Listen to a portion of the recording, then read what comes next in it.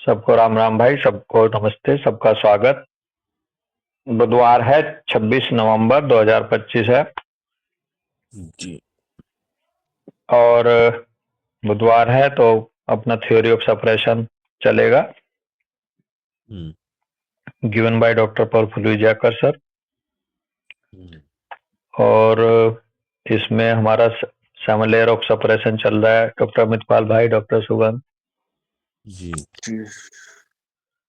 और इसमें हम है पेज नंबर 42 पर शायद, हाँ है जी, जी। Sixth sixth stage. Stage of disease suppression चलेगा,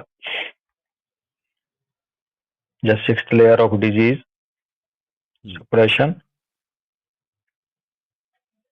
प्रफुल्ल सर यहाँ पे कहना चाह रहे हैं कि हेयर द डिजीज और impaired functioning progresses to nervous system। जो 6 लेयर की डिजीज है, जो 6 स्टेज ऑफ डिजीज है, वहां पर इम्पेयरमेंट फंक्शंस का या डिजीज जो है वो नर्वस सिस्टम के की तरफ बढ़ते हैं। नर्वस सिस्टम के फंक्शंस इम्पेयर्ड होने लगते हैं या नर्वस सिस्टम के डिजीज इसमें शामिल हैं 6th लेयर में। या 6th जहां भी आपको नर्वस सिस्टम से रिलेटेड पैथोलॉजी नजर आ रही है तो समझ लो कि वो 6th लेयर पे डिजीज है आपका। First to sympathetic and then the central nervous system. और इसमें भी बड़ी अच्छी बात बताई है कि जब 6th स्टेज में जाएंगे डिजीज सप्रेशन के तो पहले इन्वॉल्व होएगा सिंपैथेटिक और उसके बाद होएगा नर्वस सिस्टम। सिंपैथेटिक की जगह इसको पेरिफेरल नर्वस सिस्टम और सेंट्रल नर्वस सिस्टम भी कह सकते हैं अमितपाल। बिल्कुल।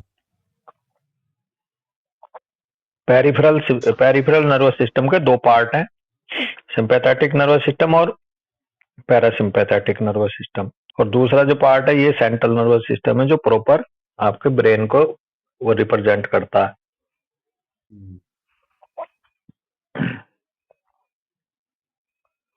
कह रहे हैं these are neuro ectodermal in origin. इनका जो ओरिजिन है इन नर्वस सिस्टम के टिश्यूज का वो न्यूरो एक्टोडर्मल से है। आगे कह रहे हैं डिजीज और symptoms which occur in the 6th stage are different in different miasmatic constitutions. 6th stage के या 6th लेयर के जो डिजीज हैं मियाज्म के हिसाब से कॉन्स्टिट्यूशंस में कैसे कैसे अलग अलग रिप्रेजेंटेशन देंगे।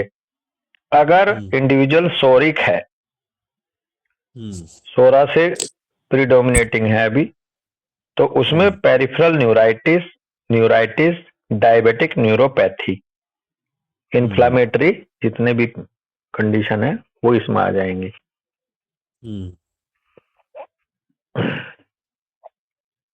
साइकोटिक अगर इंडिविजुअल है, कॉन्स्टिट्यूशनली अगर बंदे के अंदर साइकोसिस ज्यादा है तो उसमें ट्यूमर बनेंगे, जैसे कि न्यूरोफाइब्रोमेटोसिस, जो नर्व्स के ऊपर ट्यूमर आते हैं अमितपाल जी। सिफिलिटिक यदि इंडिविजुअल है, सिफिलिस ज्यादा है बंदे में, सिफिलिटिक प्रीडोमिनेंट कॉन्स्टिट्यूशन है, तो उसमें डिसेमिनेटेड स्क्लेरोसिस, पार्किंसंस डिजीज, या फिर इसको आगे चल के MND वगैरह में भी ले जा सकते हो, motor nerve disorder. Muscular dystrophy वगैरह नहीं है अमित, DMD। हाँ जी। तो ये इस तरह से 6th stage of disease suppression है, जहां पे हमारी नर्वस सिस्टम इन्वॉल्व हो गया है। 7th stage of disease suppression में बड़े सर कह रहे हैं कि I have categorise the last and the most important stage as mind. जी। मैंने जो ये लास्ट और most important stage of mind है उसको यहाँ पे कैटेगराइज किया। I have categorise the last, यानी कि बेसिक सेल चेंज होता है, जेनेटिक चेंज आते हैं। I have categorise the last and the most important stage as mind. Last वाली को मैंने माइंड कहा है, सर कह रहे हैं। As already clarified, here mind does not not mean emotions or of love, hate, fear, fright, anxiety, anger, etc. जैसे कि ऑलरेडी ये क्लियर हो चुका है कि माइंड का मतलब emotions of love, hate, fear, fright, anxiety, anger नहीं है, etcetera. Every cell is suppose to have a mind. हर एक सेल का एक माइंड होता है. This mind is encoded in genes and is called the genetic code. बड़े sir का भाव है कि ये माइंड जो है एनकोडेड रहता है जीन्स में, जिसको जेनेटिक कोड कहा जाता है. हर एक सेल का अपना एक माइंड है. डॉक्टर दीपशिखा जी बस हल्का सा यहाँ एक बिल्कुल पॉजिटिवली ही एक प्लस फील है मेरी. जब ब्रूस लिप्टन साहब को हम पढ़ते हैं, सुनते हैं, बड़े सर ने ही उनका वो परिचय कराया था एक वीडियो के माध्यम से SCPH क्लास में. जी यहाँ पे ब्रूस लिप्टन साहब का थोड़ा सा मानना ये अलग है कि माइंड जो है बॉडी का वो है सेल मेम्ब्रेन जिसपे रिसेप्टर्स होते हैं, और जेनेटिक कोड जो है वो होता है manufacturing unit according to situation of neurotransmitter. Situation के हिसाब से न्यूरोट्रांसमीटर को मैन्युफैक्चर करने की यूनिट है जेनेटिक कोड. जैसा एनवायरनमेंट होगा, जैसे डिमांड आएगी, जेनेटिक कोड, जेनेटिक मशीनरी वैसा ही न्यूरोट्रांसमीटर बना करके भेजेगी. अगर बाहर से रिसेप्टर लिया, बाहर से रिसेप्टर आया दुख भरा, सैडनेस का, तो जेनेटिक मशीनरी में सीरोटोनिन बनेगा. अगर बाहर बहुत ही प्लीजेंट खुशनुमा माहौल है तो डोपामिन बनाएगी जेनेटिक मशीनरी, जेनेटिक कोड. समझ रहे हैं ना? तो उन्होंने थोड़ा सा ब्रूस लिप्टन साहब ने इस माइंड को वो ले गए एपिजेनेटिक्स के माध्यम से कि ये सेल मेम्ब्रेन पे जो रिसेप्टर्स होते हैं जो बाहर से परसीव करते हैं एनवायरनमेंट, एक्सटर्नल एनवायरनमेंट के सिग्नल्स को, वो माइंड का काम करते हैं. उन्होंने एग्जांपल लिया था अमीबा का. अमीबा के अंदर जेनेटिक कोड नहीं था, प्लाज्मा मेम्ब्रेन थी. तो अमीबा भी बाहर जब उसके सामने कोई हार्ड सब्सटेंस आता था तो वो डिसाइड कर लेता था कि मेरे को सूडोपोडिया कैसे बना के इधर को निकलना है. दीपशिखा तो ये बड़ा अच्छा सा अपग्रेड ब्रूस लिप्टन साहब का भी यहाँ हम समझ के चलेंगे. बड़े सर कह रहे हैं, हालांकि बड़े सर के भाव पढ़ रहे हैं हम, कि every cell suppose to have mind, the mind is encoded in genes and is called the genetic code. This genetic code is the same in all cells and thus imparts character to the individual as a whole. अब ये genetic code each and every cell में same है, चाहे वो bone की हो, चाहे skin की हो, चाहे ब्लड की हो,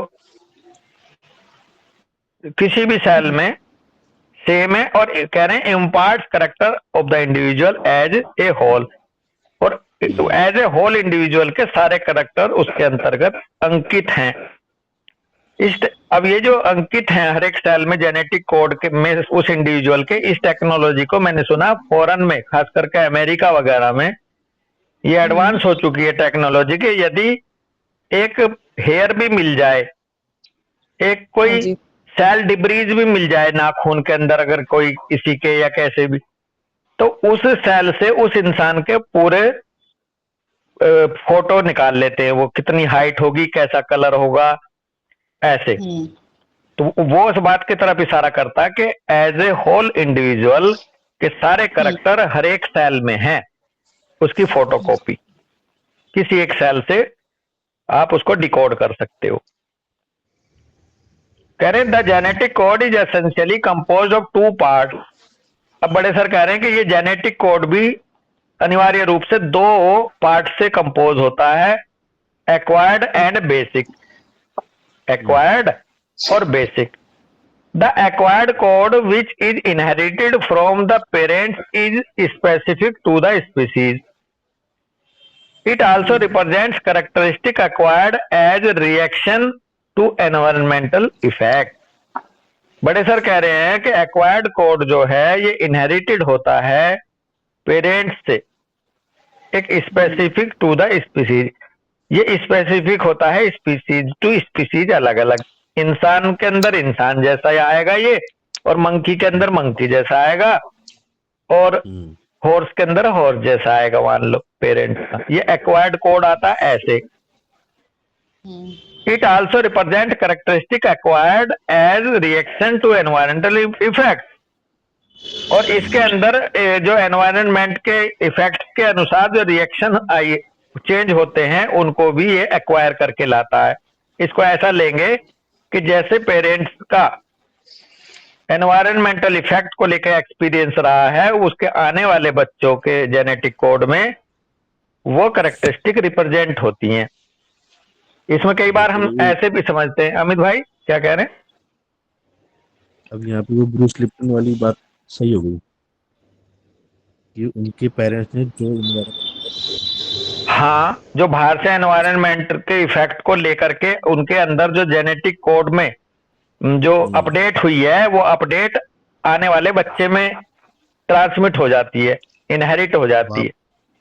अब आप मुझे वो उनका ब्रूस लिप्टन साहब का एक वो एग्जांपल याद आ रहा है यहीं पर ही जी, कि वो कहते हैं कि मानो कि आप इंडियंस और अदर कंट्री में चले जाते हो और वहाँ की सिचुएशन को स्ट्रगल करते हो, सब कुछ जो फेस करते हो, तो वो आगे वाले जो जीन आते हैं जनरेशन में, इवन वो उनकी आईज, उनका फेस, वो तक चेंज हो जाता है उस हाँ, कंट्री के आगे चल के कई 2 4 6 जनरेशन बाद, या जितनी जल्दी आपका जेनेटिक मशीनरी अपडेट हो जाती है, तो बिल्कुल आप सही कह रहे हैं। और उससे भी अच्छा आसान समझने वाला एग्जाम्पल तो ये है अमितपाल भाई, हमारे घरों में जो सब, मान लो किसी के 4 बच्चे, 2 बच्चे हैं या 3 बच्चे हैं, जो सबसे पहले वाला जो बच्चा पैदा होता है वो उस समय के जेनेटिक कोड के हिसाब से होता है। मम्मी पापा का जो अपडेट था, जब 5 साल बाद दूसरा बच्चा पैदा होता है, तो उन 5 साल के दौरान जो एनवायरमेंटल इफेक्ट से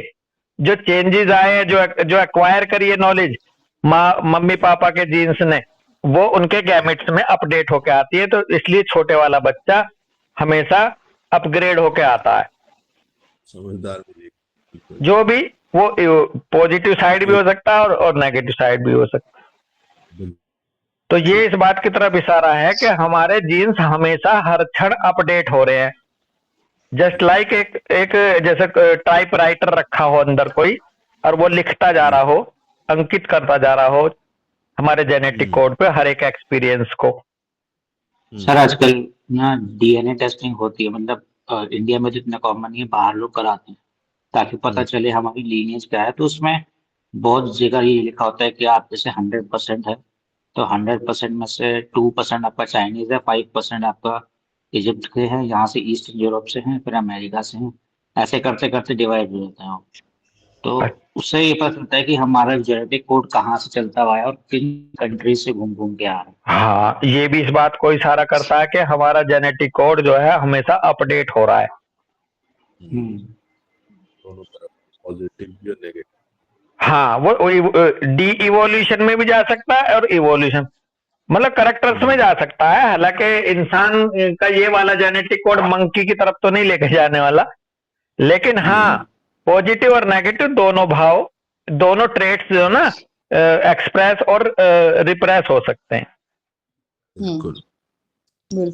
और यही रीजन है दीपशिखा के अच्छी संगत में इंसान बदल जाते हैं। जो हमारे यहाँ सनातन पद्धति में या हमारे उसमें कहा गया शास्त्रों में कि आप अब जैसे बालक ध्रुव है, बालक ध्रुव का बहुत अच्छा एग्जाम्पल आता है। बेसिकली बालक ध्रुव जब पेट में था तो उसकी माँ को ले जा रहे थे कि इस बच्चे को नष्ट करना है, क्योंकि ये हिरण्यकश्यप का बच्चा है, राक्षस का, ये तो बड़ा गलत हो जाएगा अगर ये बच्चा पैदा हो गया इस दुनिया में। प्रहलाद जी, बस अच्छा प्रहलाद, हाँ सॉरी मैं नाम बदल गया। भक्त प्रहलाद को ये कहानी थी। तो जब उसे ले जा रहे थे डॉक्टर अमितपाल भाई, माँ को उसकी प्रेग्नेंट थी जब, तो नारद मुनि मिल गए तो नारद मुनि जी ने ये पूछा कि भाई क्या कर रहे हो, कहाँ ले जा रहे हो? क्या ऐसे ऐसे इसको नष्ट करना है, क्योंकि ये तो एक राक्षस का अंश है और ये तो वो मचा देगा आतंक। तो कहते हैं चल छोड़ो, मुझे दो इसको, मैं कर दूंगा, मैनेज कर लूंगा। तो वो ले गए और वो उन्हें ले गए किसी आश्रम में, और उनकी परवरिश उस आश्रम में दैवीय गुणों के हिसाब से करी। तो वो बच्चा जब आया दुनिया में तो वो भक्त प्रहलाद बन के आया, ना कि हिरण्यकश्यप के जेनेटिक कोड को लेके आया। तो इस तरह से ट्रांसफॉर्मेशन पॉसिबल है। ये कहते हैं ना भैया कि जब माँ प्रेग्नेंट है तो अच्छा सोचो, अच्छा देखो, हाँ, अच्छा देखो कितनी बढ़िया बात है कि अच्छे अच्छे विचार रखो, घर में अच्छी अच्छी फोटो रखो, अच्छी अच्छी कहानियां पढ़ो, महापुरुषों की कहानियां पढ़ो। शिवाजी महाराज की माता के बारे में सुना जाता है कि वो ड्यूरिंग प्रेगनेंसी बहुत बड़े बड़े वीरों की वो पढ़ती थी। और ये तो बहुत प्रैक्टिकल है, ये हमने भी महसूस किया है भाई, अपने घर में भी, अपने आसपास भी, कि जैसी भावना माँ की रहती है उस समय पे, जैसे फोटो देखती है। बोला जाता है कि बहुत अच्छे सुंदर से बच्चे का फोटो रखो कमरे में टांग के, उसको देखो तो आपके बच्चा इफेक्ट होकर आता है, ऐसे ही लेके आता है। तो ये सब चीजें देखो इस तरफ इशारा कर रही है कि हमारा जेनेटिक कोड हमेशा अपडेट हो रहा है, हर क्षण अपडेट हो रहा है। ये इतना इतना जल्दी अपडेट हो रहा है। अभी हमने क्लास स्टार्ट करी थी, उस समय हमारा जेनेटिक कोड जो था, और अब जो हम इस समय बात कर रहे हैं इतने में ही अपडेट हो रहा कुछ चीजों को लेकर के। बिल्कुल बिल्कुल नॉलेज के हिसाब से भी और अपने एटमॉस्फेयर के हिसाब से भी।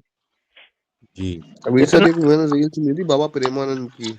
हाँ, उन्होंने कहा था कि आजकल जो बच्चे आ रहे हैं वो छोटी उम्र में ही बिगड़े हुए एडल्टर्स होके क्यों आ रहे हैं। हाँ, उन्होंने बताया था कि जब प्रेगनेंसी हो जाती है तो आदमी और पति और पत्नी को ब्रह्मचर्य का पालन करना पड़ता है, करना चाहिए, हाँ, करना चाहिए।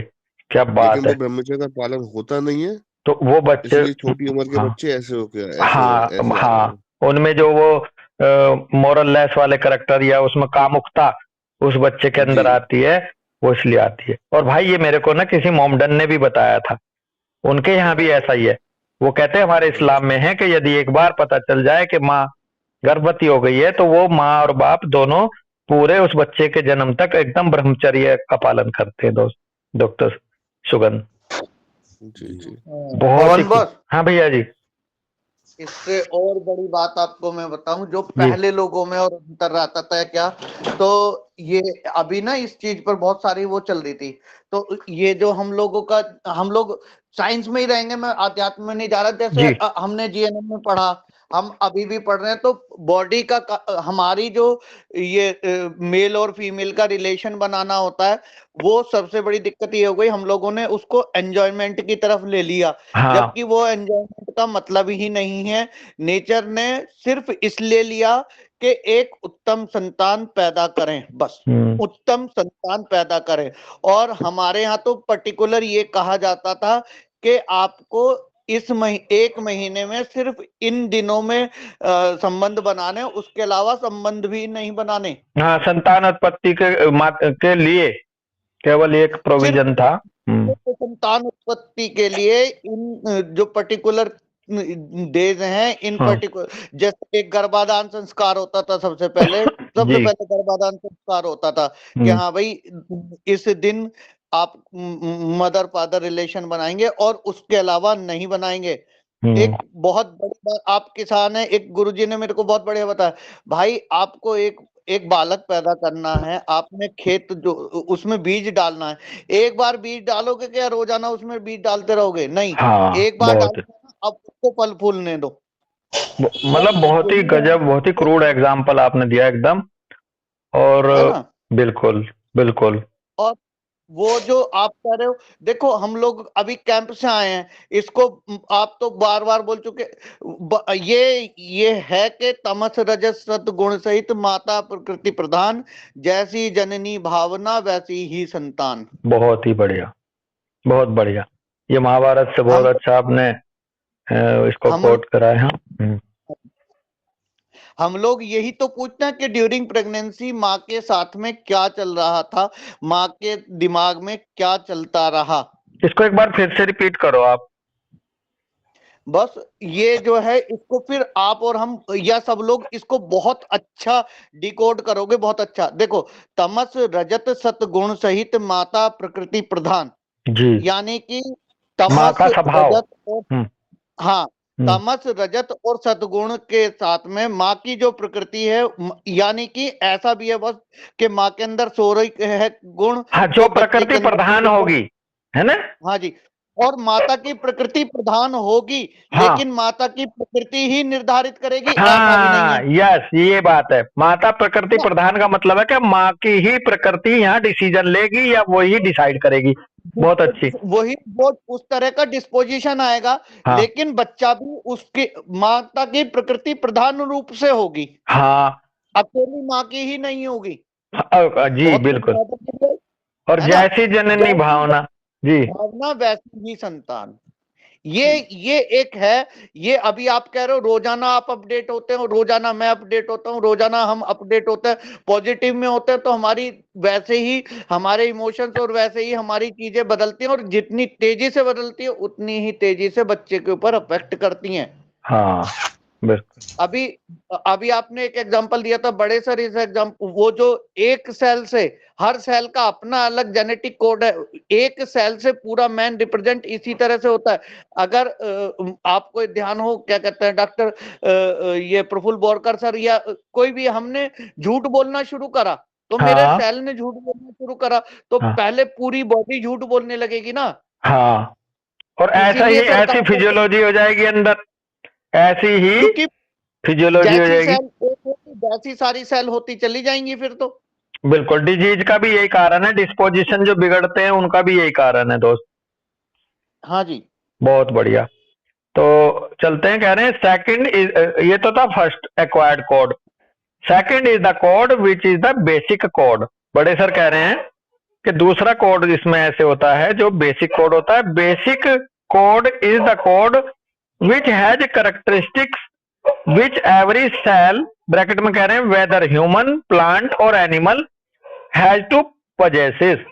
जो बेसिक कोड है बेसिकली ये हर एक सेल के अंदर कॉमन होता है सभी में, चाहे वो ह्यूमन हो, प्लांट हो या एनिमल की हो, वो उनमें सब में होता है। It represents code from functions which every cell has to perform. For example, homeostasis, defense and propagation. ये जो है it represents code from functions, ये फंक्शन से रिप्रेजेंट होता है हर एक सेल के, जैसे जो परफॉर्म करती है, जैसे होम्योस्टेसिस है, डिफेंस एंड प्रोपेगेशन है। Homeostasis comprises of functions which are necessary for the cell and individual to survive. और होम्योस्टेसिस जो है इसकी जो तुलना करें उस फंक्शन से करें जो कि नेसेसरी होता है हर एक सेल के लिए या इंडिविजुअल के लिए, सर्वाइवल के लिए, सर्वाइव करने के लिए सबसे पहले फंक्शन जो है वो होम्योस्टेसिस का सेट होना है। It includes functions of respiration, ingestion, digestion, exertion, excretion, all of which are controlled and governed by normal working and normal secretions of neuroendocrinal mechanism और control system. तो होम्योस्टेसिस के लिए जिम्मेदार होते हैं आपके ये रेस्पिरेशन हो गया, इंजेशन हो गया, डाइजेशन, एक्सक्रीशन, और सभी का कंट्रोल और गवर्निंग जो होती है बाय नॉर्मल वर्किंग, इनके नॉर्मल काम करने के लिए और नॉर्मल सिक्रीशंस के लिए, by normal working and normal secretions of physio neuro endocrinal mechanism और कंट्रोल सिस्टम। जो कंट्रोल सिस्टम है, जो फिजियो न्यूरो एंडोक्राइनल मैकेनिज्म है, उससे ये गवर्न होते हैं। तो ये बेसिक सेल, बेसिक ब्रेन में होगा, ब्रेन स्टेम में अगर ऐसे देखें तो, क्योंकि रेस्पिरेशन हो गया, एक्सक्रीशन हो गया, हालांकि इंजेशन डाइजेशन अलग है, वहाँ 3 सेंटर जनरली बताते हैं, रेस्पिरेटरी, सर्कुलेटरी और एक्सक्रीटरी। अदरवाइज ये मान के चलेंगे कि कंट्रोल सिस्टम के अंतर्गत आता है। Disturbance of this function leads to tendency to disturbance in the functioning of organs and system and is called soric trait. जैसे ही डिस्टरबेंस होता है इस फंक्शंस में तो ये बढ़ता है एक टेंडेंसी की तरफ डिस्टरबेंस होने के क्रम में फंक्शंस ऑफ ऑर्गन्स की और सिस्टम की, जिसको कहा जाता है सबसे पहला सोरिक ट्रेट आ गया इसमें।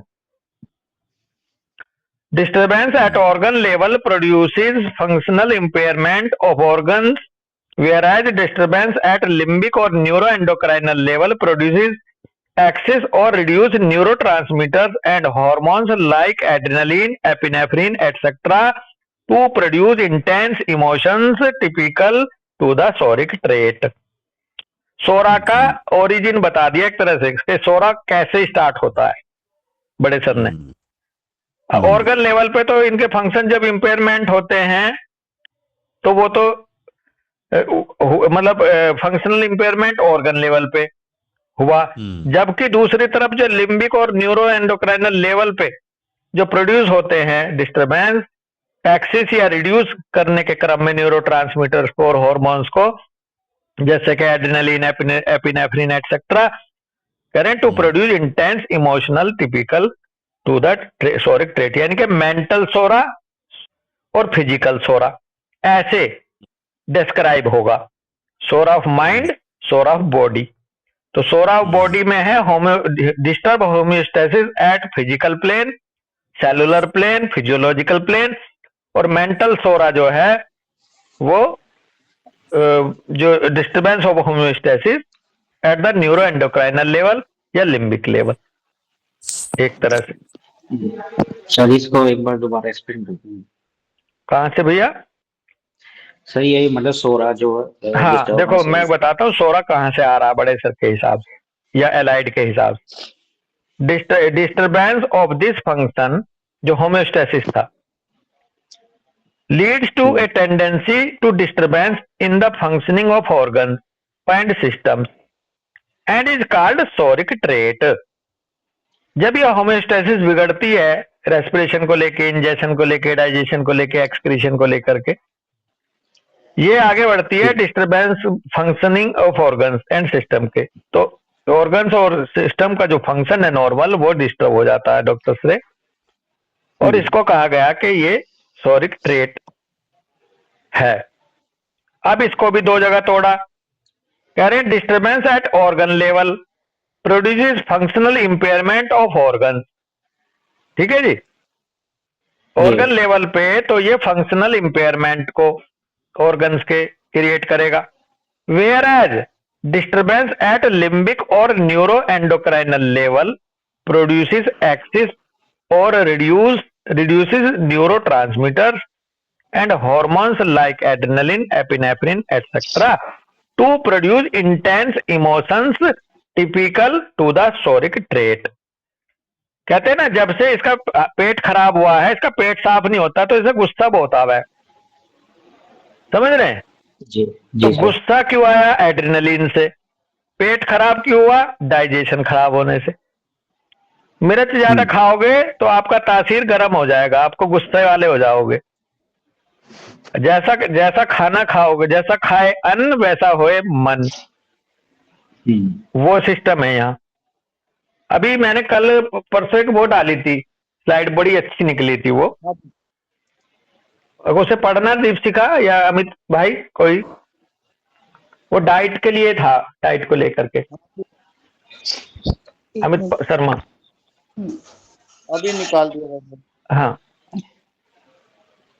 सर ये है ना, if we desire to become pure, noble and religious, we must eat, drink, sleep, exercise and rest in according with hygienic law. हाँ है ना देखो इफेक्ट खाने पीने का। तो इसमें अक्सर बोल देते थे गांव में, जैसा खाए अन्न वैसा होए मन, यानी कि जैसा आपका खाना होगा वैसे ही आपके शरीर की होम्योस्टेसिस होएगी। बस इसमें सबसे बड़ी बात डॉक्टर सब लोगों के लिए, जो बड़े सर का सबसे पहला वो रहता था, वर्ड को एक बहा है कि डिस्टरबेंस इन होम्योस्टेसिस, क्योंकि हमारी बॉडी में सबसे पहले बैलेंस, हर चीज का एक पर्टिकुलर बैलेंस, एंगर का या इमोशंस का या लव का या एक पर्टिकुलर बैलेंस में रहता है, और डिजीज का नाम भी है जब वो बैलेंस ही बिगड़ जाता है। तो सर कहते हैं कि जब तक सब चीज बैलेंस में है तभी आप नॉर्मल हो, और बॉडी जो अपने आप को सही करती है वो भी इसी तरह से करती है कि उसका बैलेंस ना बिगड़े बस, जी है ना। ये डिस्टरबेंस फंक्शनल लेवल पर आ गया तो उसने फिर वो करा। अच्छा देखो, अभी आप कह रहे हो ना डिजीज का मतलब हेमोस्टेसिस का बिगड़ना, दिस इज डिस्टर्ब हुई तब डिजीज आया। लेकिन अब पैथोलॉजी क्या करते हैं, अपनी तरफ से कह देते हैं कि इतना पैरामीटर होगा शुगर का तो आप बीमार हो, आपका इतना बीपी होगा तो आप बीमार हो, आपका बीपी 180 और 120 सॉरी 120/80 होना चाहिए, आपकी शुगर जो है 110 या 100/70 या 60 होना चाहिए। तो उन्होंने ऐसे डिसाइड करना शुरू कर दिया, जबकि डिजीज का मतलब है आपकी एज डिस्टर्ब है या नहीं। आपका 160 बीपी है और आपकी एज डिस्टर्ब नहीं है, आपको कोई सिम्टम नहीं है, आपके अंदर कोई दूसरा ऐसा कोई होमोस्टेसिस डिस्टर्ब नहीं हो रही, तो पर्सन टू पर्सन वेरी नहीं करेगी कि फिजियोलॉजिकल पैरामीटर। बिल्कुल करेंगे। तो इसलिए थोड़ा सा ध्यान देना चाहिए कि लकीर के फकीर ना हो। अब इन्होंने यही गड़बड़ कर दी, इन्होंने कह दिया कि जिसकी शुगर 100 ऊपर वाली और नीचे वाली 60 से ज्यादा है, 60 अब तो 60 आ गया। मैं तो बड़ा सरप्राइज था अमित शर्मा एक दिन, हाँ जी, लोअर ब्लड शुगर 60 कह दिया इन्होंने। अब बहुत लोअर ब्लड शुगर 60 तो फास्टिंग नहीं, फास्टिंग उन्होंने सबसे भयंकर टर्म निकाल दी, प्री डायबिटिक। हाँ प्री डायबिटिक, ये सबसे खतरनाक टर्म हो गई कि आपको डायबिटीज नहीं है लेकिन आप प्री हो चुके हो। अब तुम्हारे दिमाग में डाल दिया मॉर्बिड फिनोमेना डाल दिया अभी। हाँ कि अब आप प्री डायबिटिक हो गए हो, अब तुम रोटी चावल ये सब चीज बड़े हिसाब से खाओ, नहीं तो डायबिटीज हो जाएगी। तो इसलिए इन्होंने डिजीज की डेफिनेशन को ही बदल दिया। हाँ जी, तो हाँ तो आगे कह रहे हैं defence mechanism functions to protect the cell and individual from external harmful agents. Defence mechanism का जो काम है वो प्रोटेक्ट करना है सेल को या इंडिविजुअल को एक्सटर्नल हार्मफुल एजेंट से, जो अपने साइकिकल और फिजिकल दोनों हो सकते हैं। This also contributes to homeostasis. Defence mechanism contribution देता है होम्योस्टेसिस में। Predominant tendency to important of defence leads to injury to the organs, tissues and hence stimulate the syphilitic trait, destructive tendency along with its effect on the organism, implies syphilitic miasm, which in turn is a flaw in the defense function of a cell. कह रहे predominant tendency to impairment of defense lead to injury to the organs and tissues and hence stimulate the syphilitic trait, यानी कि destructive tendency along with its effect on the organism. सीधे defence जैसे disturb हो रहा है उधर syphilis में कैसे जा रहा है अभी सर वो बता रहे हैं। अगर प्रीडोमिनेंट टेंडेंसी होगी इंपेयरमेंट की इस डिफेंस के, तो ये आगे बढ़ेगी इंजरी के रूप में ऑर्गन और टिश्यू को, और इस तरह से स्टिमुलेट करेगी ये सिफिलिटिक ट्रेट को, यानी कि डिस्ट्रक्शन की तरफ ले जाएगी। Tendency along with its effect on the organism, और फिर इसका इफेक्ट ऑर्गेनिज्म पे दिखाई देगा। Imply syphilitic miasm which in turn is a flaw in the defence function of cell. एक सिफिलिटिक मियाज्म की तरह से है जी, है बेटा। बस ये जो predominant tendency to impairment of defence, मतलब हाँ। कि डिफेंस खराब हो जाएगा इसकी पहले से ही टेंडेंसी, यही ना? हाँ, predominant tendency to impairment of defence lead to injury. हाँ, प्रीडोमिनेंट टेंडेंसी ऑफ इम्पेयरमेंट, इस इम्पेयरमेंट की प्रीडोमिनेंट टेंडेंसी पहले से डिफेंस होगा। हाँ। ये पहले से प्रीडोमिनेंट, यही टेंडेंसी पहले से ही हो। ये ससेप्टेबिलिटी की तरफ बात कर रहे हैं, आपके कोई ना कोई ससेप्टेबिलिटी पहले से होगी है। हाँ, कि यहाँ डिफेंस डिस्पोजिशन ससेप्टिबिलिटी क्या थी, ये है उसकी रिएक्शन कि एकदम से यार इसको मत छेड़ना, ये तुरंत ही ऐसे भड़क जाता है, ये इसको ऐसे ही भड़क जाता है, ये पहले से ही इस तरह के प्रोन डिस्पोजिशन टू, का हाँ प्रोन टू है पहले से, जो दीपशिका का भाव है कि ये पहले इसका से है, prone to यानी कि ये ससेप्टेबल हो रखा है या ये प्रोन टू इंजरी हो रखा है, तो फिर इस तरह से ये बढ़ा के ले जाती है इसे सिफिलिटिक डिस्ट्रक्शन की तरफ, जिसको हम सिफिलिटिक मियाज्म कहते हैं। और इसको डिफेंस ऑफ द सेल में एक बहुत बड़ा फ्ला विच इन टर्न इज ए भैया।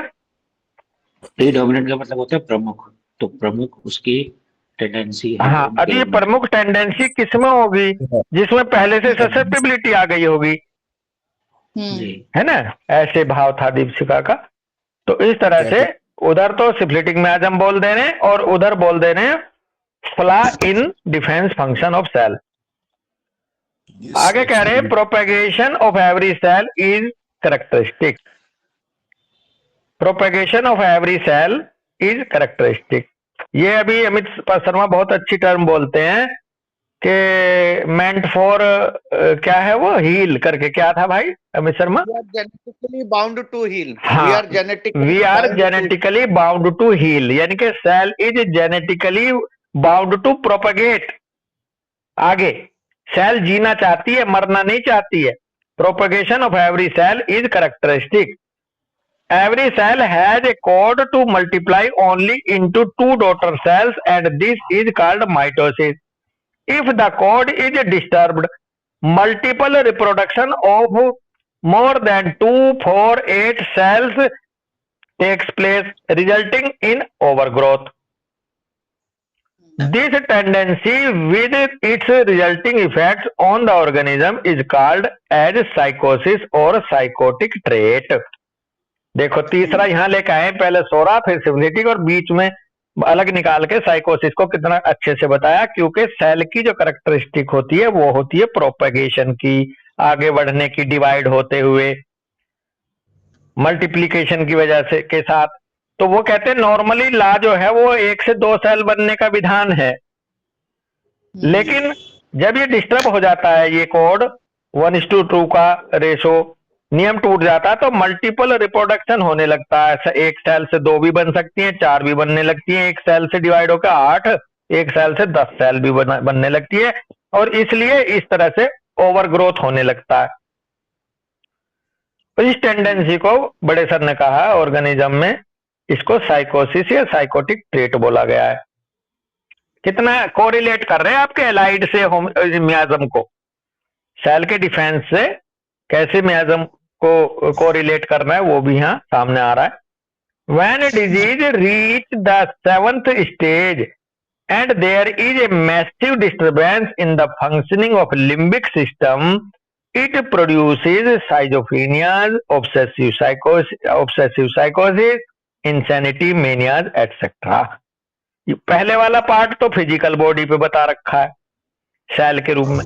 जब यही 7 लेयर की या 7th स्टेज ऑफ डिजीज आएगी, 7th stage of disease physical level पे तो आ गया मल्टीपल रिप्रोडक्शन के रूप में, बॉडी ब्रेक फेल हो गए, सारे नियम टूट गए, चाहे वो डिस्ट्रक्शन की तरफ चाहे प्रोडक्शन की तरफ, दोनों तरफ टूट जाएंगे सारे ब्रेक, सारे रूल्स।